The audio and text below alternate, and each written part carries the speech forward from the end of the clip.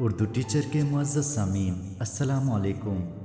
آج کی ویڈیو میں ہم بات کریں گے ربائی کے حوالے سے۔ ربائی کا لفظ ربا سے نکلا ہے جو کہ عربی زبان کا لفظ ہے۔ اس کے لغوی معنی چار والے کے ہیں۔ شعری اصطلاح میں اس صنف سخن کو کہا جاتا ہے جس کے چار مصروں میں ایک مکمل مضمون بیان کیا جاتا ہے۔ ربائی کو ترانہ یا دو بیتی بھی کہا جاتا ہے۔ ربائی کا پہلا، دوسرا اور چوتھا مصرع ہم قافیہ ہونا ضروری ہے۔ تیسرے مصرے میں بھی قافیہ لایا جا سکتا ہے، تاہم یہ لازمی یا ضروری نہیں ہے۔ اس کا بنیادی وصف ایجاز و اختصار ہے۔ ربائی میں موضوع کی کوئی قید نہیں ہوتی۔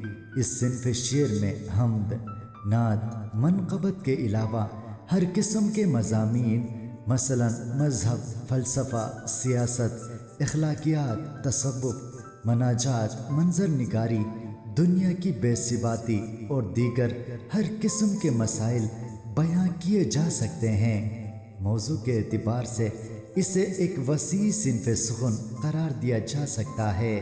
ربائی کے آغاز و ارتقاء کی بات کی جائے تو ربائی فارسی شاعروں کی ایجاد ہے۔ فارسی کے مشہور شاعر رودکی کو ربائی کا اولین شاعر قرار دیا جاتا ہے۔ اس کے علاوہ عمر خیام، بابا طاہر عریان، سرمد ابو سعید الخیر، فرید الدین عطار، شیخ سعدی مشہور ربائی کو شعراء مانے جاتے ہیں۔ اردو میں جن شاعروں نے ربائی کا آغاز کیا ان میں قلی قطب شاہ، سراج اورنگ آبادی، ولی دکنی، میر درد، میر سودا، میر تقی میر، انشا، میر حسن، نذیر، ذوق، غالب، مومن، میر انیس وغیرہ شامل ہیں۔ جدید دور میں جن شاعروں نے ربائی کو موضوع اظہار بنایا ان میں اقبال، خیام الہند، حیدر دہلوی، جوش، امجد حیدر آبادی وغیرہ شامل ہیں۔ ربائی کی ایک مثال ملاحظہ کیجیے۔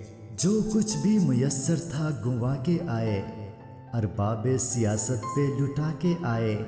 ایک قلعہ اعزاز و طرب تھی دلی، اس قلعے کو ہم توڑ کے ڈھا کے آئے۔